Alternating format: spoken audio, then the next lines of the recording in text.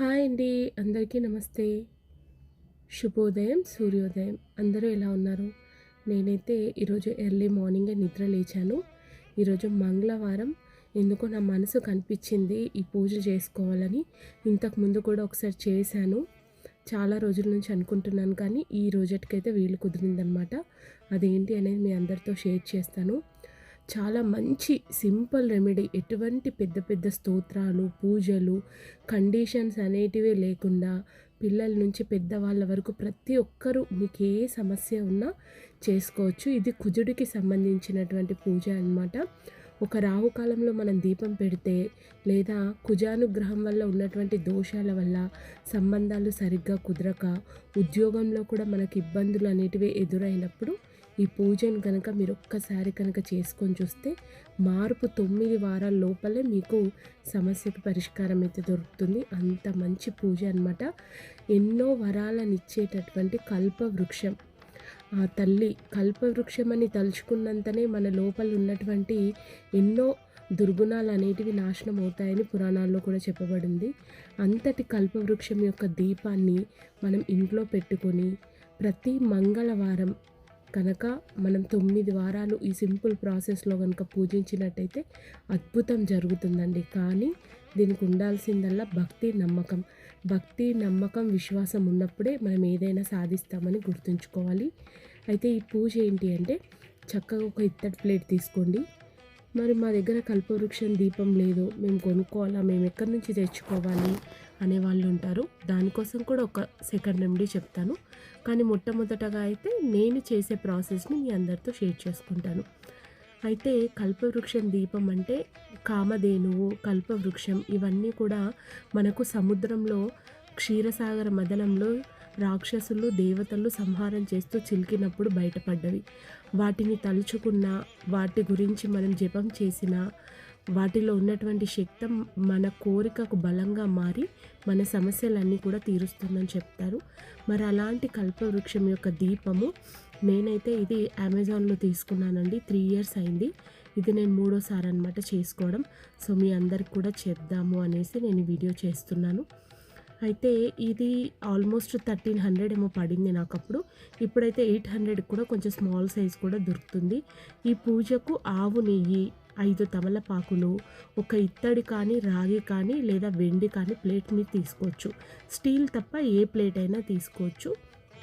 చక్కగా పూజా మందిరంలోనే మీరు నిత్య దీపారాధన అంతా అయిపోయిన తర్వాత అక్కడే పీట వేసి, పీట పైన అష్టదళ పద్మం కానీ లేదా శంఖచక్ర డామాలు కానీ లేదా మీకు వచ్చినటువంటి ముగ్గును వేసి ఆ ముగ్గు పైన ఒక ప్లేటుని పెట్టి ఆ ప్లేట్లో స్వస్తిక్ గుర్తు తప్పకుండా వేయండి. ఎందుకంటే ఎప్పుడైతే మనం స్వస్తిక్ గుర్తు వేస్తున్నామో వినాయకుడి యొక్క అనుగ్రహం మనకు కలుగుతుంది.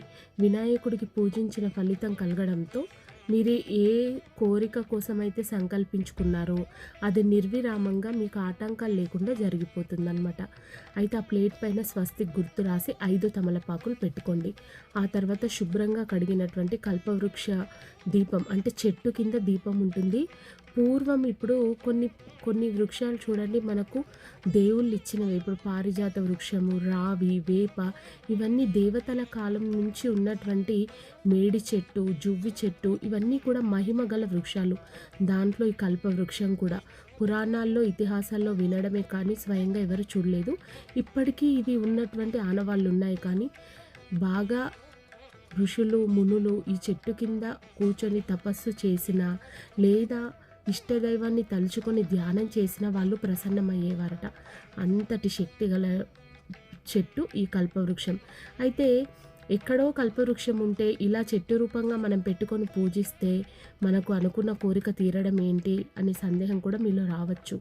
కానీ ఇప్పుడు ఎక్కడో ఉన్నాడు శివుడు, ఎక్కడో ఉన్నాడు విష్ణుమూర్తి బ్రహ్మాండంలో. కానీ ఆ స్వామికి సంబంధించి మూర్తి కానీ ఫోటోను కానీ నిగ్రహంగా మనం పూజ చేసుకోవడానికి పెట్టి ఇక్కడ మనం దేవుడే స్వీకరిస్తాడని నైవేద్యాలు కూడా చేసి పెట్టుకొని ఆ దేవుడికి సంబంధించినటువంటి శ్లోకం చదివినప్పుడు మనకు ఎలాంటి రిజల్ట్ అయితే ఉంటుందో ఈ కల్పవృక్షం చెట్టు కూడా అంతే అండి. ఖచ్చితంగా ఆ చెట్టుకు గంధం ఇంకా కుంకుమ బొట్లు పెట్టి ఒక్క పసుపు కొమ్మును గనక మీరు దారంగా కట్టినట్టయితే ఆ చెట్టుకు చాలా చాలా విశేషమైన మహిమ కలుగుతుంది. అంటే మనం ఆ చెట్టు కింద పూజ చేసినటువంటి ఫలితమే భావన మాత్రం చేత మనకొచ్చేస్తుందనమాట. అలా చక్కగా గంధం, కుంకుమ బొట్లు పెట్టుకొని, ఒక చెట్టే ఉంది, ఆ చెట్టును అమ్మవారి రూపంలో కొలుస్తున్నాము, పంచోపచార పూజ చేయాలంటే అమ్మ వస్తే చక్కగా కాళ్ళు చేతులు కడుగుతాం. ఆ చెట్టును వాటర్తో క్లీన్ చేయండి. ఆ తర్వాత నీళ్ళు ఇస్తాం, నీళ్ళని చుంచండి ఆరోగ్యంగా. ఆ తర్వాత గంధం ఇంకా పసుపు కుంకుమలు పెట్టి ఒక పసుపు కొమ్మును కట్టి ఏదైనా పండు లేదా బెల్లం పెడితే చాలా మంచిది. బెల్లం ముక్కను పెట్టి పాలైనా లేదా నీళ్ళైనా ఏ ప్రసాదం పెట్టినా దాంతోపాటు నీటిని కూడా సమర్పించాలి. అలా పెట్టి చక్కగా మీకున్నంతలో పువ్వులతో అలంకరణ చేసుకొని ఆ దీపాన్ని ఆవు నేతితో మాత్రమే వెలిగించాలి. ఇందులో ఆప్షన్ అంటే నేను ఇంకేమీ చెప్పను. ఉన్న ఒక్క దీపమే ఇక్కడ మనం వెలిగిస్తున్నాం. ఖచ్చితంగా ఆవు నేతితోనే వెలిగించుకోవాలి.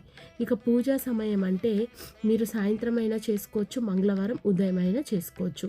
అది మీ వీలుని బట్టి చేసుకోండి. 9 మంగళవారాలు తప్పకుండా చేసుకోవాలి. ఇలా దీపారాధన చేసిన తర్వాత ఓం శుక్లాం భరధరం విష్ణుం శశివర్ణం చతుర్భుజం ప్రసన్నవదనం ధ్యాయేత్ సర్వ విఘ్నోపశాంతయే అని గణపతి శ్లోకం చెప్పుకున్న తర్వాత కళ్ళ ముందర ఫస్ట్ ఆవు దూడ ప్రతిమ ఉన్నా లేదా ఆవు దూడను మనసులో స్మరించుకొని చక్కగా ఆవు నేతి, పసుపు, కుంకుమ కలిపినటువంటి అక్షంతలైనా లేదా మీ దగ్గర ఎక్కువగా పూలుంటే ఎర్రటి పుష్పాలైనా అవన్నీ పెట్టుకొని చక్కగా మీరు అక్షంతలతో పువ్వులతో ఓం సురభ్యే నమః, ఓం సురభ్యే నమః, ఓం సురభ్యే నమః. మీరు పెళ్ళయింది కానీ సంతానం లేదు, లేదా ఒక ఉద్యోగం కోసం ట్రై చేస్తున్నాం, చాలా రోజుల నుంచి దొరకట్లేదు, అది న్యాయబద్ధమైన కోరిక, లేదా కుజుడు యొక్క అనుగ్రహం వల్ల ఈ మంగళవారం రోజు చేసినప్పుడు మనకు ఎటువంటి సమస్యలు ఉన్నా అవి మళ్ళీ తిరిగి రిపీట్ కాకుండా ఈ మంగళవారం రోజు మొదలుపెట్టి మనం చేస్తే చాలా అద్భుతమైన ఫలితాలు ఉంటాయి. కుజుడు, రాహు, కేతువుల యొక్క దోషాలు ఏవున్నా కూడా ఈ మంగళవారం రోజు ఈ కల్పవృక్ష దీపం వెలిగించుకోవడం వల్ల అన్నీ కూడా తొలగిపోతాయని చెప్తారు. ఇలా చక్కగా పసుపు కొమ్మును ప్రతి వారం 9 వారాలు కట్టుకోవాలి. మీరు ఏ కోరిక అయితే అనుకున్నారో అది ఆ పసుపు కొమ్ము రూపంలోనే చెప్పాలి. అక్కడ పసుపు కొమ్మును సమర్పించామంటే ఆ చెట్టు పాదాల దగ్గర మన కోరికను అక్కడ ఉంచినట్టే అన్నమాట. ఇప్పుడు మీరు రావి చెట్టు, వేప చెట్టు ఇలా దేవతా వృక్షాల దగ్గర కొబ్బరికాయను ముడుపు కట్టి చెట్టు కడుతూ ఉంటారు, మనందరికీ తెలిసిందే. అలాంటి ముడుపులు తీరిన తర్వాత మళ్ళీ వెళ్ళి మనం మొక్కు చెల్లించుకుంటాం. ఇక్కడ పసుపు కొమ్మే ఆయుధం అనేది గుర్తుంచుకోండి. ఆ పసుపు కొమ్ము రూపంలోనే మీ కోరికను ఆ చెట్టుకు కట్టినట్టుగా కట్టేసి మనస్ఫూర్తిగా భావన చేసుకొని మీరు ఏదైతే కోరికుందో అది అనుకొని ఓం సురభ్యే నమః అనేటటువంటి శ్లోకాన్ని 108 సార్లు అక్షంతలతో జపిస్తూ అక్షంతలు వేయండి. పూజ అయిపోయిన తర్వాత ప్రసాదాన్ని నివేదించి హారతిచ్చి అందరూ కళ్ళకద్దుకొని ఈ పూజ చేసినన్ని రోజులు ఒంటిపూట భోజనం చేయాలి. మీరు సాయంత్రం పూజ అనుకుంటే మధ్యాహ్నం అల్పాహారం తీసుకోండి. లేదు ప్రొద్దున్నే పూజ చేసుకుంటామంటే పొద్దున పూజ అయిపోయిన తర్వాత మధ్యాహ్నం ఒంటిపూట భోజనం తీసుకొని ఒక పూట అల్పాహారం తీసుకోవచ్చు. సాత్వికమైనటువంటి భోజనం తీసుకోవచ్చు. ఈ పూజ చేసిన రోజు బ్రహ్మచర్యం పాటించాలనేటటువంటి రూల్ లేదు. ఇది ఒక వ్రతంలాగా కాకుండా దేవుడి యొక్క ఆ కల్పవృక్షాన్ని కొలిచేటటువంటి తల్లిగా మనం భావించుకోవచ్చు. ఇప్పుడు సంతానం కోసం పూజ చేసే వాళ్ళైతే బ్రహ్మచర్యం పాటించాల్సిన అవసరం లేదు. నాన్ వెజ్ అలాంటివి తినకుండా ఒంటిపూట భోజనం చేసి చక్కగా దీపారాధన చేసుకొని అంతర్ముఖంగా బహిర్గతంగా అంటే తలస్నానం చేయడం అనేదే కాదు, మనసు కూడా నిర్మలంగా శుద్ధిగా పెట్టుకొని ఓం సురభ్యే నమః అని 108 సార్లు మీరు జపం చేసుకోండి.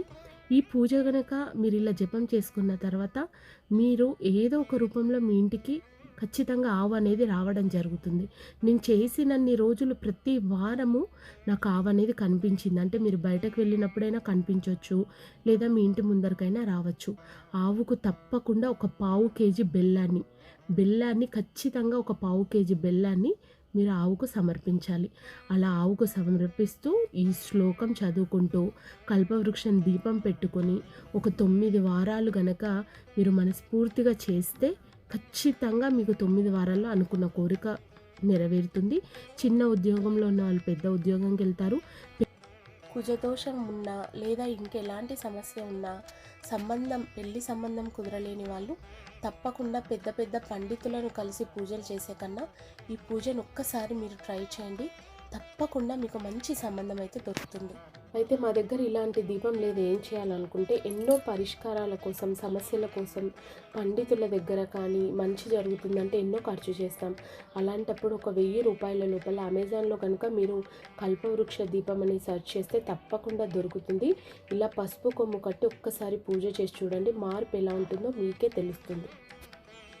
ఇది అండి ఈరోజటి వీడియో. ఐ హోప్ మీ అందరికీ యూజ్ అవుతుందని అనుకుంటాను. మరొక మంచి వీడియోతో మిమ్మల్ని అందరినీ కలుస్తాను. బాయ్ అండి.